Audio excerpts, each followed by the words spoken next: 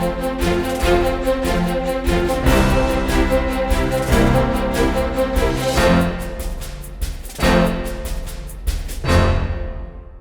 Study IQ IAS Hindi में आप सभी का स्वागत है। मेरा नाम है मनीष श्रीवास्तव और मुद्दे की बात कार्यक्रम में आज हम एक बहुत ही इंपॉर्टेंट विषय के बारे में बात करने वाले हैं, जिसको कहा जाता है जल जमाव या वाटर लॉगिंग।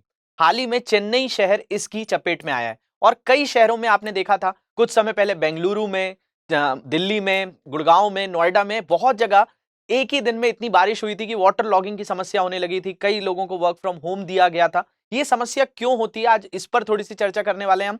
और अभी जो वास्तविक तौर पर अभी जो चेन्नई इस कंडीशन को फेस कर रहा है कि वहां पर आए दिन काफी ज्यादा जो बारिश हो रही है, उसके क्या कारण है? क्या वो सामान्य बारिश है या जो कुछ ऐसी स्थिति हो रही है कि चक्रवात के कारण, साइक्लोन्स के कारण वहां वर्षा हो रही है? तो इन सारे विषयों पर आज हम बात करेंगे। तो देखते हैं, आज का जो विषय हमने लिया है चेन्नई के जल जमाव, जिसको वाटर लॉगिंग भी कहा जाता है। और ये समस्या अधिकतर महानगरों को देखनी पड़ रही है। जितनी भी मेट्रो सिटीज हैं वहां पे आप देख रहे हैं, जैसे बेंगलुरु में अभी इतना ज्यादा जो है बाढ़ जैसी स्थिति हुई, और देखा जाए तो वहां पर इतना ज्यादा जो रेनफॉल होनी चाहिए, जो वर्षा होनी चाहिए, वो रिसीव नहीं हुई थी। तो इसका क्या कारण था? तो इसका एक बहुत बड़ा कारण है आपका जल प्रबंधन। मतलब यहां पर हम सबसे बड़ा एक दोष देंगे किस चीज को? वाटर मैनेजमेंट को। कैसे देंगे?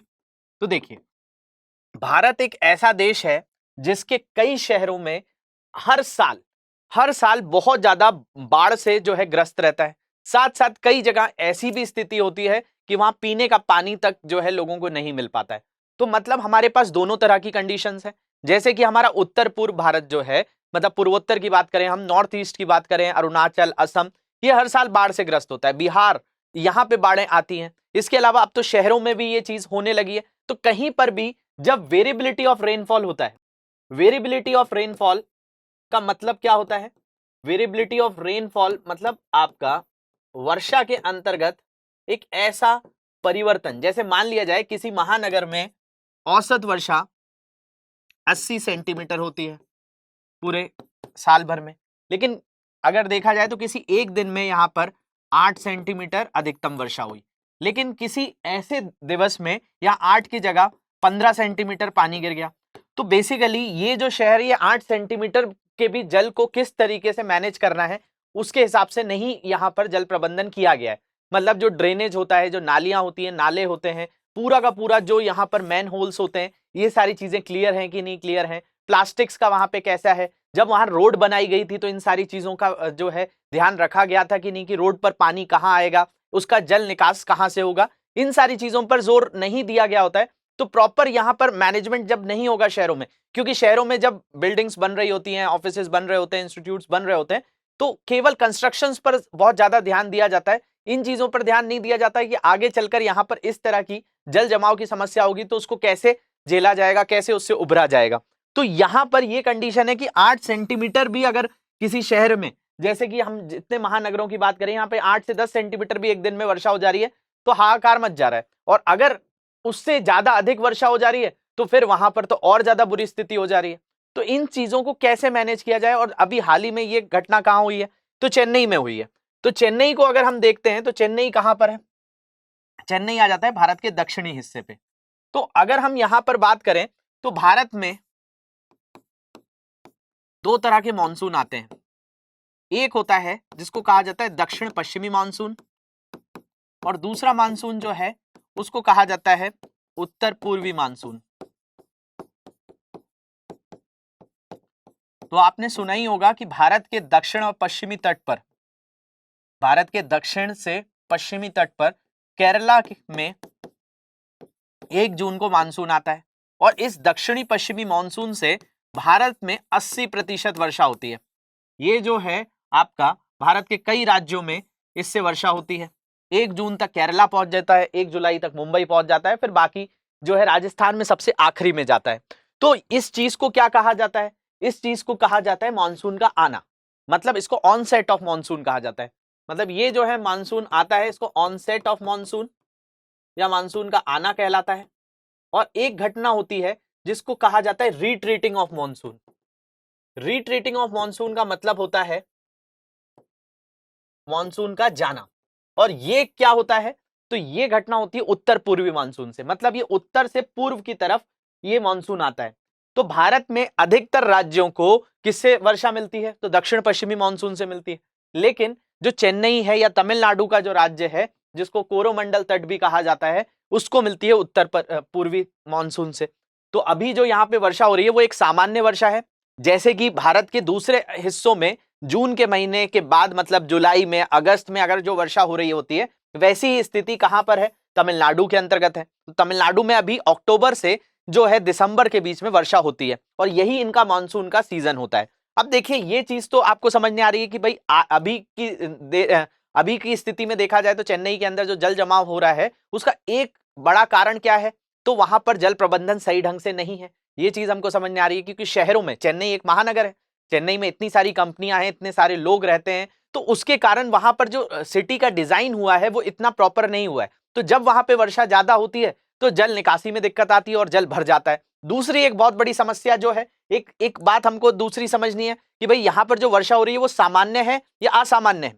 It is a ordinary rainfall और it is a common rainfall, या कोई एक एक्स्ट्रा ऑर्डिनरी चीज हो रही है यहाँ पे? तो एक सामान्य गतिविधि है, क्योंकि मानसून तमिलनाडु में इसी महीने आएगा, और नहीं आएगा तो वहां पर क्या होगा? सूखा पड़ेगा। और तमिलनाडु हर साल आप देखते हैं कि जून जुलाई के महीने के बाद जो है वहां पर वाटर टेबल काफी नीचे चला जाता है, पीने के पानी की समस्या होने लगती है। तो उनके लिए ये बहुत बड़ा रिवाइवल होता है कि भाई हर साल इस समय अच्छा मानसून आए। तो ये जो वर्षा हो रही है उसमें तो कोई दिक्कत नहीं है, लेकिन इसके साथ क्या हो रहा है? यहां पर दो चीजें हैं, इसको ही आज हम क्लास में इन तीनों एस्पेक्ट्स को समझेंगे। तो आज हमारी जो क्लास का मोटो है वो ये समझना है कि भाई जल जमाव की समस्या क्यों है। इसके अलावा इतना जल जमाव होने के बाद भी चेन्नई जैसी जगह जो है, या तमिलनाडु के कई ऐसे शहर होते हैं जिनके यहां वर्षा इतनी हो रही है अभी भी, और उसके बाद यहां पर जो ग्राउंड वाटर टेबल है, जो जल स्तर है, वो शून्य चला जाता है। ये एक कारण समझेंगे। दूसरा, चेन्नई समुद्र के पास होने के बावजूद भी यहां पर जल की समस्या क्यों होती है? अभी तो मानसून आ रहा है, चेन्नई हो गया, तमिलनाडु तो किसके पास है? बंगाल की खाड़ी के पास है, तो भी जल समस्या से क्यों ग्रसित रहता है? इस पर भी बात करेंगे। और यही समस्या आपका भारत के अगर पश्चिमी तट पर देखा जाए तो मुंबई के साथ क्यों नहीं होती है, इस पर भी बात करेंगे। तो पहली चीज आपने समझी आज के सेशन में कि भाई क्या था, हमने जल जमाव का मुद्दा उठाया। जल जमाव का मुद्दा मतलब वाटर लॉगिंग क्यों हो रही है, तो उसमें जो शहरों का डिजाइन किया गया है, जो जल निकासी की गई है, जो ड्रेनेज सिस्टम है, वो प्रॉपर नहीं है। आपको ये समझ में आया। दूसरी बात हमने जो करी कि भाई अभी तमिलनाडु को वर्षा क्यों हो रही है, तो एक सामान्य घटना है, क्योंकि उत्तर पूर्वी मानसून से, मतलब नॉर्थ ईस्ट मानसून से चेन्नई को हर साल वर्षा होती है, और कोरोमंडल तट, ये वाला जो तट है पूरा, इस तट को भी जो वर्षा मिल रही है एक सामान्य गतिविधि है। तो यहां पर ये दोनों चीजें आ गई। तीसरी बात जो है कि भाई चेन्नई में ये समस्या इतनी ज्यादा क्यों उग्र हो रही है, तो उसका तीसरा रीजन हम समझने की कोशिश करते हैं। तो इसके लिए देखिए क्या है, अगर हम सीधी सीधी बात करें तो यहां पर आप चेन्नई में देखेंगे तो जो पूरा तमिलनाडु वाला क्षेत्र है, तमिलनाडु के अंदर बताया जाता है भाई तमिलनाडु एक ऐसा क्षेत्र है जहां पठार बहुत अधिक है, मतलब यहां पर प्लेट्यू रीजन है। अगर पठारी क्षेत्र होगा तो जब जल इनकी भूमि पर आएगा तो क्या होगा, तो जल अगर इसकी भूमि पे आएगा तो नीचे सोख नहीं पाएगा, मतलब एब्जॉर्प्शन ऑफ वाटर नहीं होगा। जैसे जैसे जल सोखा जाता है उसी से जल स्तर बढ़ता है। जैसे कहीं पर ट्यूबवेल से पानी निकाला जा रहा है, हैंडपंप से पानी निकाला जा रहा है, कुएं से पानी निकाला जा रहा है, तो पहले जमीन में पानी गया होगा तभी तो पानी निकलेगा। लेकिन यहां पर एक बहुत बड़ी समस्या है कि यहाँ की पूरी भूमि है पठारी भूमि। अब पठारी भूमि में क्या होता है प्लेट्यू में, कि यहाँ पर पूरा का पूरा चट्टाने हैं, तो इसके कारण पानी अंदर नहीं जा पाता। तो दूसरी समस्या यहां पर होती है कि भाई जल को किस तरीके से मैनेज किया जाए, तो यहां पर आर्टिफिशियल लेक्स बनाए जाते हैं, मतलब यहां पर कृत्रिम झीलें बनाई जाती हैं। इन कृत्रिम झील से जो है ये समस्याओं को पूरी तरह से मैनेज करते हैं। अब दिक्कत क्या है, कई जो शहर हैं जैसे चेन्नई जैसा शहर है, इसको भी मोस्टली पानी यहाँ का जो जल होता है, जिसमें पीने का पानी भी होता है या सामान्य जो जल होता है, इनकी आपूर्ति कैसे होती है, तो इन झीलों से होती है, इन लेक से होती है, इन तालाबों से होती है, और ये तालाब इन पठारी क्षेत्र पर बनाए गए हैं। अब वर्षा अगर सामान्य से थोड़ी भी अधिक हो गई तो दिक्कत क्या होगी, वो जो आपके लेक हैं, वो झीलें हैं, तालाब हैं, उनका जल स्तर भी बढ़ेगा। उन जल स्तर के बढ़ने के बाद क्या होता है कि जब पानी ज्यादा हो रहा होता है तो उनको डैम से पानी को छोड़ दिया जाता है। तो यही घटना तमिलनाडु के अंदर हो रही है, क्योंकि अभी उनके यहाँ मानसून का समय है और इसके कारण कई जगहों पर जो जल जमाव का क्षेत्र है वो भी हो रहा है। अब एक प्रश्न आपके दिमाग में आ रहा होगा कि जब ये सारी चीजें हैं तो भाई चेन्नई के साथ ये क्यों समस्या होती है, समुद्र के पास तो है हमेशा, लेकिन जल कैसे यहाँ पे कम हो जाता है, ग्राउंड टेबल जो है इसका ग्राउंड वाटर टेबल जीरो कैसे पहुंच जाता है कि यहाँ पे पीने की पानी तक की समस्या हो जाती है। तो उसको समझने के लिए एक थ्योरी जो है ज्योग्राफी से रिलेटेड, इसको आपको समझना होगा। देखिए कई ऐसे शहर होते हैं जो क्या होते हैं, कुछ डूबे होते हैं, कुछ उभरे होते हैं, जिसको कहा जाता है सबमर्जेंस और इमरजेंस। यहां पे एक कॉन्सेप्ट आएगा, एक उभरना और एक डूबना।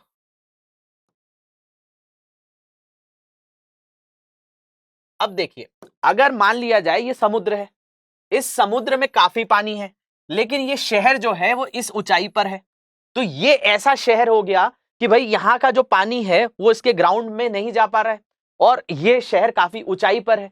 तो ये जल के पास होने के बावजूद भी इस शहर में जल आपूर्ति नहीं हो पाएगी।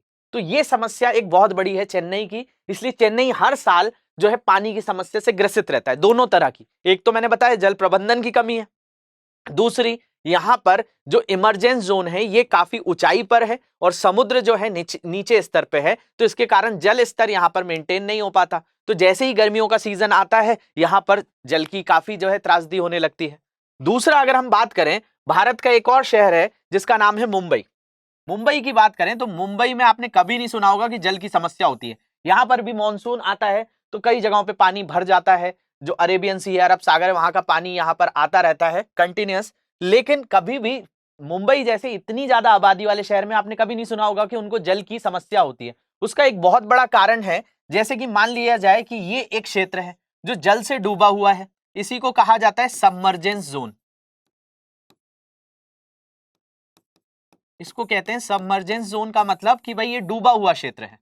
तो अगर कोई डूबा हुआ क्षेत्र होगा तो उस डूबे हुए क्षेत्र में क्या होगा, हमेशा जल स्तर बना रहेगा। तो मुंबई के साथ यही एक सबसे बड़ी खासियत है कि उस शहर जो है वो किस पर है, तो वो शहर आपका डूबे हुए स्तर पर, मतलब सबमर्जेंस जोन में आता है। लेकिन चेन्नई को अगर हम देखें तो समुद्र स्तर ये होगा और चेन्नई शहर ऐसा बसा होगा, तो इसको कहा जाता है इमरजेंस।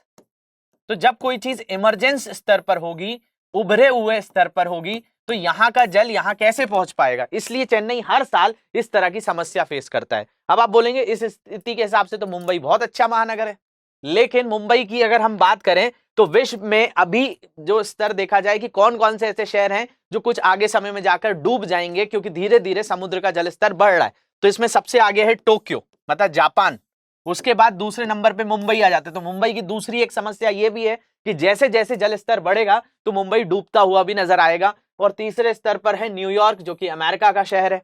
तो ये समस्या जो है इमरजेंस होने के साथ साथ चेन्नई को एक फायदा है कि वो डूबेगा नहीं, लेकिन साथ साथ पानी का अगर सही तौर पर प्रबंधन नहीं हुआ तो यहाँ पर बहुत समस्या साल 10 साल बढ़ती जाएगी। और इस तरह की जो समस्या है ये तो शहरों में आए दिन देखने मिल रही है, जिसको वाटर लॉगिंग कहा जा रहा है। तो इसके लिए एक सटीक तौर पर जल प्रबंधन होना चाहिए कि कोई भी शहर डिजाइन हो रहा है, कोई नई कॉलोनीज डिजाइन हो रही हैं, तो वहां पर प्रॉपर वाटर मैनेजमेंट हो, वहां पर प्रॉपर जल प्रबंधन हो, जिससे इन जल को आसानी से उपयोग किया जा सके। भारत एक ऐसा क्षेत्र है जहां पर इतनी नदियां होने के बावजूद, इतना मानसून होने के बावजूद भी हमारे कई ऐसे शहर हैं जहां पर पीने तक की पानी की समस्या हो जाती है। तो हमारे यहाँ ये एक बहुत ज्यादा, जैसे वाटर रिवर लिंकिंग प्रोजेक्ट्स को बढ़ावा देना, इसके साथ साथ रेन वाटर हार्वेस्टिंग को बढ़ावा देना, जो नदियां हैं उनके जल को साफ रखना, जिससे शहरों की आपूर्ति की जा सके। और जब शहरों का निर्माण किया जा रहा है तो केवल निर्माण विकास पर ध्यान ना दिया जाए, उस स्थिति को भी ध्यान में रखा जाए कि कल की डेट में अगर कोई भी तरह की आपदा आती है तो ये शहर उससे निपटने के लिए कितना आतुर है।